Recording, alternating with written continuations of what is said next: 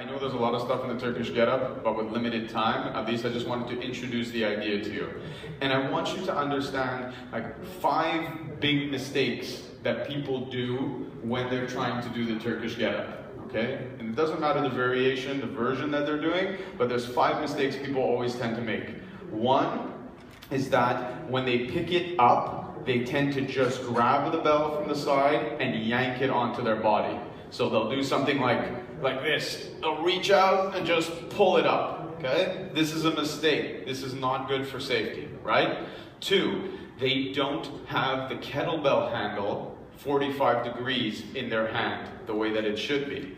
So they're holding like this, like they're serving a pizza and trying to come up and do the Turkish Getup. This is way too much pressure on the wrist.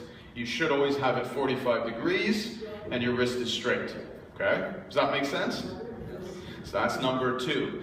Number 3, when they're doing the Turkish Getup, that's a mistake, is they don't understand why they have a bent leg.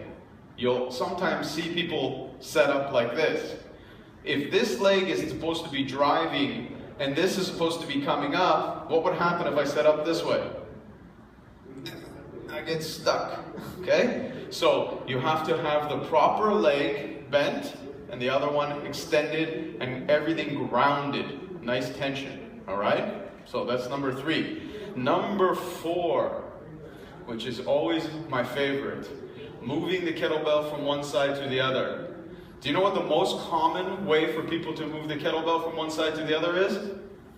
Something like that. This is actually the most common way for people to move the bell. They move it right across their face with a bent wrist. Does that make sense?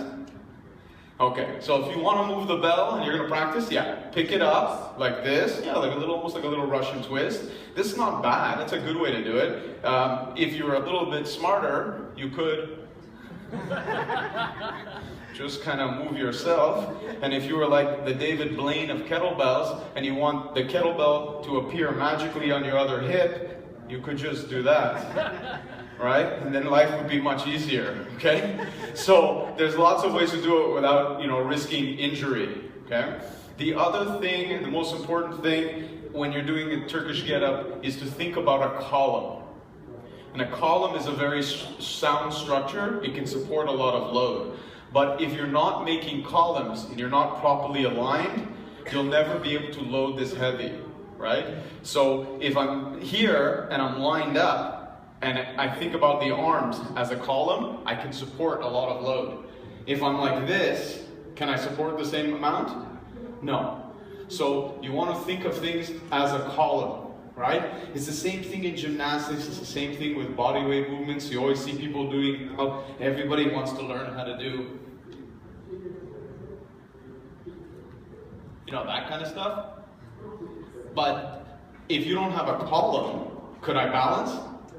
No, I'm going to fall over, right? So you have to really understand those simple basics. And that's why we always start with the body weight stuff first, to teach you those body basics and that alignment. Then you move to things like a kettlebell for external resistance.